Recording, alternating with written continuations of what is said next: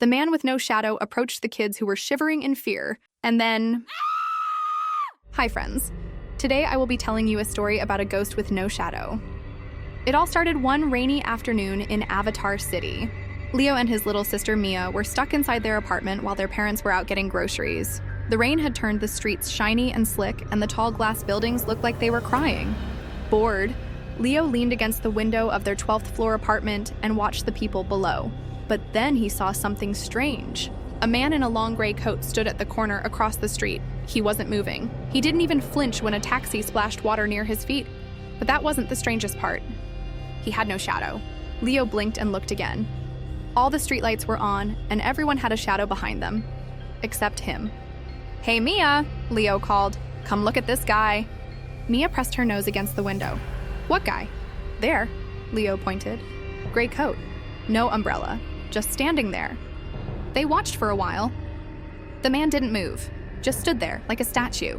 Eventually, their parents came back, and the kids ran to the door to help carry in groceries. By the time they checked the window again, the man was gone. The next day, Leo almost forgot about the man until he and Mia were coming home from school. As they stepped into the elevator, a tall man in a gray coat walked in behind them. The man didn't say hello. He didn't press a button. He just stared straight ahead, as still as stone. Mia nudged Leo and whispered, "That's him!" Leo glanced down. No shadow. Even with the elevator lights above them, the man's feet cast no shape. When the elevator stopped at their floor, the doors opened and the man didn't move. Leo and Mia slipped out fast and hurried into their apartment. That night, Leo put a chair in front of the door, just in case. The next evening, around sunset, Mia said she heard something in the hallway. "A whisper," she said. "It said my name." Leo laughed. "No way." But then he heard it too. "Mia?" A soft, slow whisper, like wind sliding under a door. They pressed their ears against the door. Then, a knock. Not hard. Just one soft tap. Leo peeked through the peephole. No one there.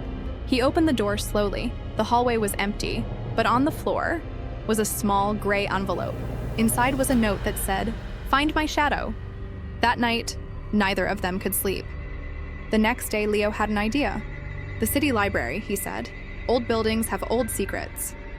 They took the bus after school and headed for the downtown library, a huge stone building with lion statues out front. Inside, they asked the librarian if there were any books about local ghost stories. "There's one. Room 7B. Dusty stuff. You'll need gloves." They found the room in the back, where the lights flickered. On the bottom shelf was a thick book titled Unseen in Brightvale. They flipped through until they saw a sketch. The Man Who Lost His Shadow. In 1899, a man named Elias Grin walked the city every evening. One night, he vanished near the Bell Street fountain. All that was found was his coat, and no shadow was seen near that spot ever again. They raced outside. The old fountain on Bell Street still stood, though barely anyone noticed it now, hidden between new shops and cafes. As they approached, the street lamps came on. And standing beside the fountain was the man in the gray coat. He turned to face them. No shadow. Leo took a deep breath. "Are you Elias Grin?" The man nodded once, then pointed to the base of the fountain. There, behind a patch of moss, was a metal plaque, faded but readable. It said, "To Elias Grin, the man who lit the lamps, lost a shadow, but not to memory." Suddenly, as if a wind passed through, the streetlight flickered. And for a second, just a second, Leo saw it. A faint shadow stretching out behind the man. He smiled gently, then slowly walked down the street.